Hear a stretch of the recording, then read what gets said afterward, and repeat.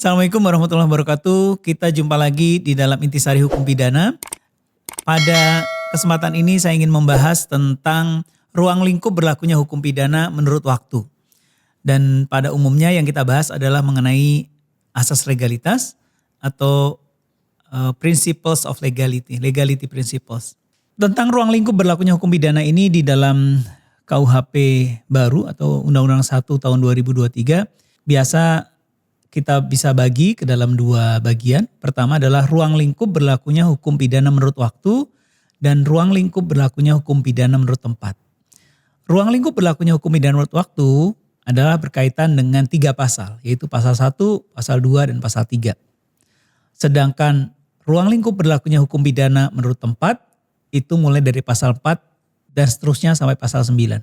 Untuk ruang lingkup berlakunya hukum pidana menurut waktu seperti tadi saya sampaikan, pada intinya kita membahas tentang asas legalitas dan itu diatur di pasal 1 KUHP nasional. Sedangkan pasal 2 kita berbicara mengenai living law atau hukum pidana adat yang nanti kita akan bahas lebih jauh.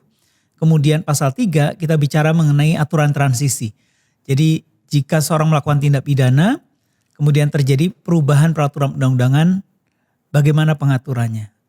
Ketentuan mana yang berlaku? Itu diatur di pasal 3 KUHP nasional. Kalau kita melihat dari sejarah, maka atau di KUHP yang lama, itu diaturnya tentang asas legalitas di pasal 1 ayat 1 dan ayat 2.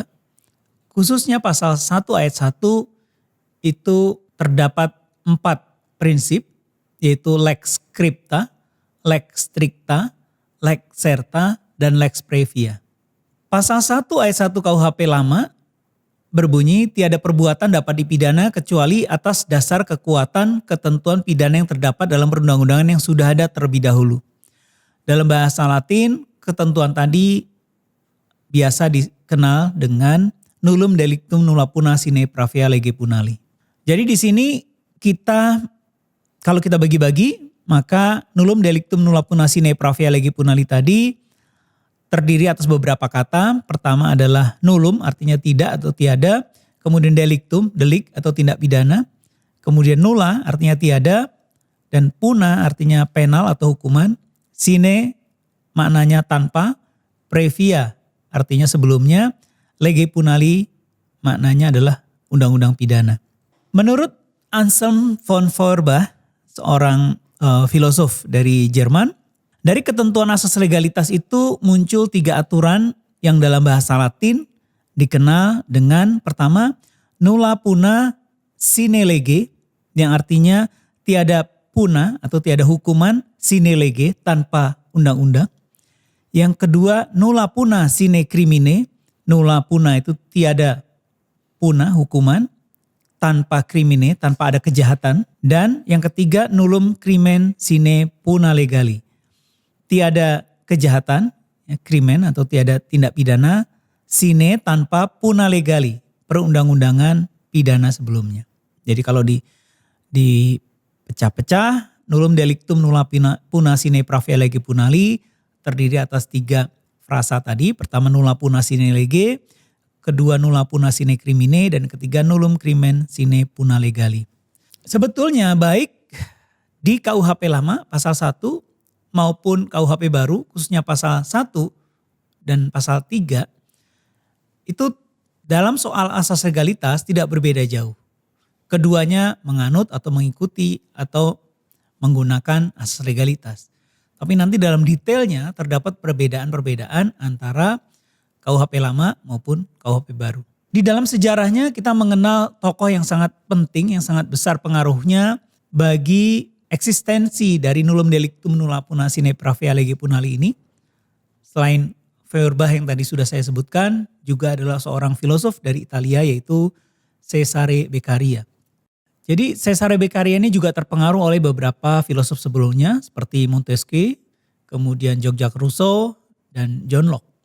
Dan karya besar dari Cesare Beccaria ini adalah De Delite et de la Peine. Atau dalam bahasa Inggrisnya adalah On Crimes and Punishment. Dalam bahasa Indonesia tentang crimes, tindak pidana dan pemidanaan. On Crimes and Punishment. Dan di buku ini buku yang sebetulnya tidak terlalu tebal ini tapi isinya sangat prinsip-prinsip sangat penting, terdapat asas legalitas itu. Di dalam karya De Delite et de la Peine yang terbit tahun 1764 ini, Cesare Beccaria menyebutkan berbagai prinsip-prinsip terpenting dalam hukum pidana, hukum acara pidana maupun sistem peradilan pidana. Dan salah satu kalimatnya yang kalau kita terjemahkan dalam bahasa Indonesia adalah agar hukum pidana atau agar pemidanaan itu manusiawi dan tidak melanggar hak-hak asasi manusia, maka salah satunya ditentukan harus dictated by the laws, harus diatur dalam perundang-undangan. Jadi ini penegasan bahwa sesuai dengan lex scripta, perundang-undangan ketentuan pidana itu harus tertulis dalam perundang-undangan. Tadi saya sudah katakan bahwa dalam asas nullum delictum nulla puna sine pravia lege punali terdapat 4 prinsip penting, yaitu lex scripta yang artinya hukuman harus didasarkan pada undang-undang tertulis. Yang kedua lex serta, undang-undang yang dirumuskan secara terperinci dan cermat. Bentuk dan beratnya hukuman harus jelas ditentukan dan bisa dibedakan. Dan yang ketiga lex previa, yaitu adanya larangan berlaku surut. Jadi hukum pidana harus berjalan ke depan, tidak boleh berlaku ke belakang. Dan yang terakhir adalah lex stricta. Undang-undang harus dirumuskan dengan ketat. Larangan hukuman atas dasar analogi juga harus diberlakukan. 4 prinsip ini terkandung di dalam pasal 1 KUHP lama dan dalam pasal 1 dan kemudian juga pasal 3 KUHP baru. Kalau kita mengikuti pemikiran dari Profesor Mulyatno dalam bukunya, maka beliau menyatakan pasal 1 ayat 1 KUHP lama mengandung 3 pengertian. Yaitu pertama, tidak ada perbuatan yang dilarang dan diancam dengan pidana kalau hal itu terlebih dahulu belum dinyatakan dalam suatu aturan undang-undang. Itu prinsip pertama. Prinsip kedua adalah untuk menentukan adanya perbuatan pidana tidak boleh digunakan analogi atau kias. Dan yang ketiga, aturan-aturan hukum pidana tidak berlaku surut. Jadi ketiga prinsip itu terkandung dalam pasal 1 ayat 1 KUHP lama. Di dalam KUHP baru, larangan analogi dikeluarkan atau dinyatakan secara tegas di dalam pasal 1 ayat 2 KUHP baru atau KUHP nasional. Sedangkan di KUHP lama, larangan analogi itu tidak secara eksplisit dinyatakan tapi terkandung di dalam pasal 1 ayat 1 KUHP lama. Sekarang saya ingin membahas tentang pasal 1 ayat 1 dan ayat 2 KUHP lama, di mana pasal 1 ayat 1 menyatakan tiada suatu perbuatan dapat dipidana kecuali berdasarkan kekuatan ketentuan perundang-undangan pidana yang telah ada sebelumnya. Itu ayat 1, sedangkan ayat 2 menyatakan jika ada perubahan dalam perundang-undangan sesudah perbuatan dilakukan, maka terhadap terdakwa ditetapkan ketentuan yang paling menguntungkan. Jadi di situ kita bertemu dengan beberapa persoalan. Pertama adalah soal apa yang dimaksud perbuatan di situ. Jadi di sini saya terangkan bahwa perbuatan yang dimaksud adalah baik perbuatan aktif, misalnya pada delik komisi, maupun perbuatan pasif, misalnya pada delik omisi atau omisi delik. Kemudian di dalam pasal 1 ayat 1 itu juga ada kata-kata ketentuan perundang-undangan pidana. Apa yang dimaksud dengan perundang-undangan pidana situ? Maka maksudnya tentu perundang-undangan yang memuat ketentuan pidana. Dalam konteks negara kita yang boleh memuat ketentuan pidana itu khususnya undang-undang. Undang-undang ini dibuat bersama antara DPR dengan pemerintah. Yang kedua adalah peraturan daerah yang dibuat bersama antara DPRD dan pemerintah daerah. Dan yang ketiga adalah peraturan pemerintah pengganti undang-undang. Kalau peraturan pemerintah tidak boleh memuat ketentuan pidana. Tapi kalau peraturan pemerintah pengganti undang-undang itu materi muatannya sama dengan undang-undang. Sehingga di dalamnya boleh dimuati ketentuan pidana. Jadi pada dasarnya 3 macam peraturan itu yaitu undang-undang, perda, dan perpu. Itulah yang dimaksud dengan perundang-undangan pidana di dalam pasal 1 ayat 1 KUHP lama. Kemudian di pasal 1 ayat 2 KUHP lama yang menyatakan bahwa jika ada perubahan dalam perundang-undangan sesudah perbuatan dilakukan, maka terhadap terdakwa terapkan ketentuan yang paling menguntungkan. Di sini kita bertemu dengan dua istilah, yaitu pertama, jika ada perubahan. Apa yang dimaksud dengan perubahan dalam perundang-undangan itu?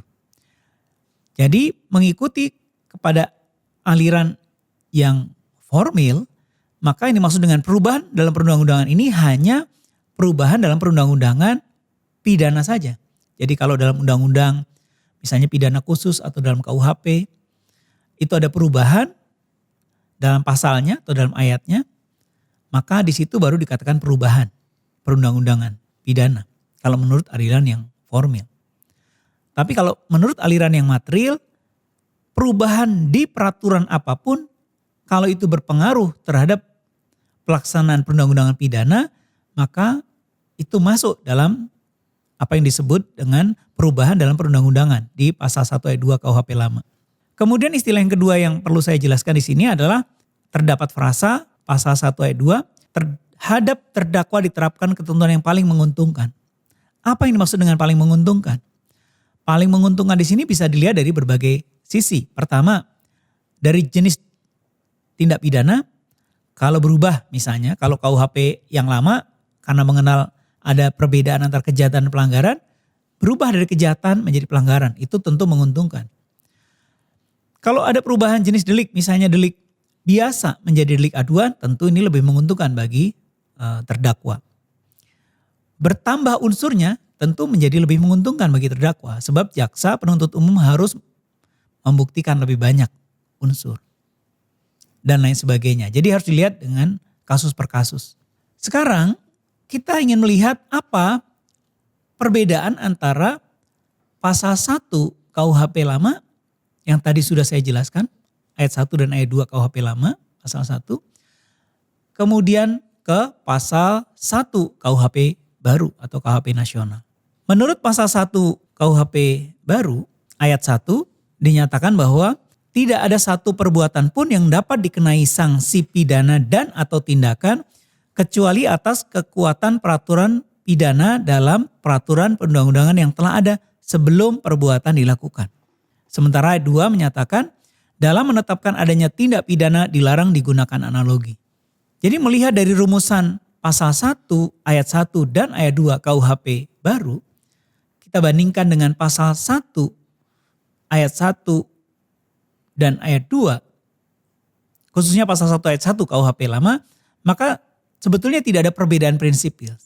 Keduanya sebetulnya memuat asas legalitas. Perbedaannya adalah pertama, pada pasal 1 KUHP baru, larangan analogi itu dieksplisitkan di dalam pasal 1 ayat 2. Yang menyatakan bahwa dalam menetapkan adanya tindak pidana dilarang digunakan analogi. Sedangkan pada pasal 1 ayat 1 KUHP lama, dia di dalam rumusan pasal 1 tapi tidak dieksplisitkan. Kemudian perbedaan yang lain adalah di pasal 1 ayat 1 KUHP baru, di situ kita melihat adanya double track system, yaitu pidana dan atau tindakan. Dan ini nanti akan mempengaruhi pasal-pasal atau ketentuan yang lain. Double track system. Jadi ada 3 kemungkinan seorang pelaku tindak pidana. Pertama, dijatuhi pidana saja. Kedua, dikenakan tindakan saja. Dan yang ketiga, dijatuhi pidana dan dikenakan tindakan. Tergantung kasusnya seperti apa. Dan itu diatur dalam berbagai peraturan-peraturan yang lain. Yang menarik adalah pada KUHP lama mengenai tempus delicti itu tidak diatur. Tidak dinyatakan secara eksplisit. Sama seperti larangan analogi tidak dieksplisitkan. Sementara di KUHP baru tempus delicti itu dinyatakan di pasal 10. Waktu tindak pidana merupakan saat dilakukannya perbuatan yang dapat dipidana. Sedangkan di penjelasan pasal 10 itu kita melihat digunakannya ajaran-ajaran yang kita kenal dalam doktrin seperti teori perbuatan fisik, teori digunakannya alat, teori akibat dan sebagainya. Di dalam pasal 1 ayat 1 KUHP lama maupun pasal 1 ayat 1 KUHP baru terdapat prinsip larangan berlaku surut bagi ketentuan pidana. Dan larangan berlaku surut itu sebetulnya tidak hanya terdapat di KUHP, tapi terdapat di berbagai peraturan.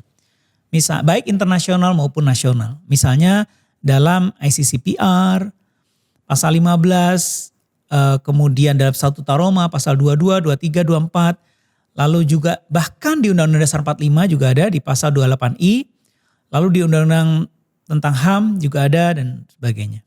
Sekarang saya ingin mengajak kita membahas tentang perbedaan antara pasal 1 ayat 2 KUHP lama dengan pasal 3. Jadi padanannya antara pasal 1 ayat 2 KUHP lama adalah pasal 3 KUHP baru. Karena pasal 2 itu membahas tentang living law atau hukum yang hidup di masyarakat. Yang itu kita bahas pada kesempatan yang berbeda. Tapi pasal 3 itu kurang lebih sama mengatur soal aturan transisi.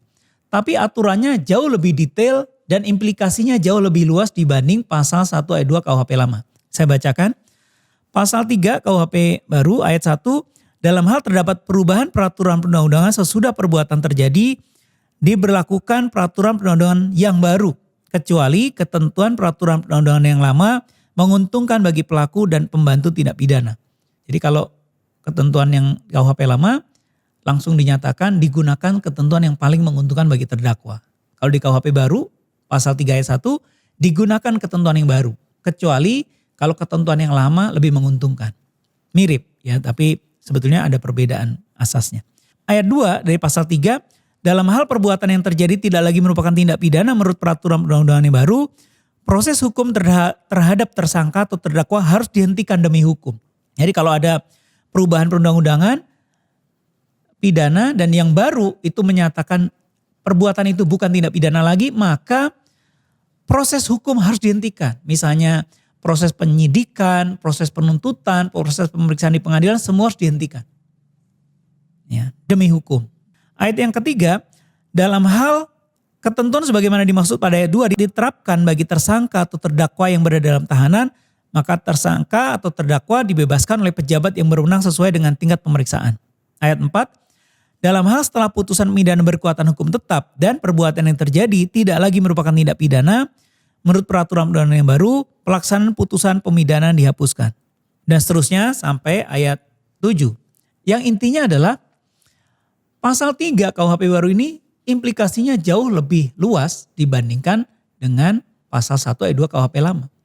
Bahkan jika seseorang sudah dijatuhi pidana dan itu sudah berkekuatan hukum tetap, bahkan sudah menjalani pidana, kalau dalam perubahan perundang-undangan pidana perbuatan itu dinyatakan bukan tindak pidana lagi, maka orang itu harus dikeluarkan dari pemidanaannya. Kalau aturan yang baru itu terdapat perubahan hukumannya, lama penjaranya misalnya, maka hukumannya yang dijalani harus disesuaikan dengan ketentuan yang baru. Jadi implikasinya bukan hanya terhadap terdakwa, bahkan terhadap terpidana juga berlaku perubahan perundang-undangan pidana itu.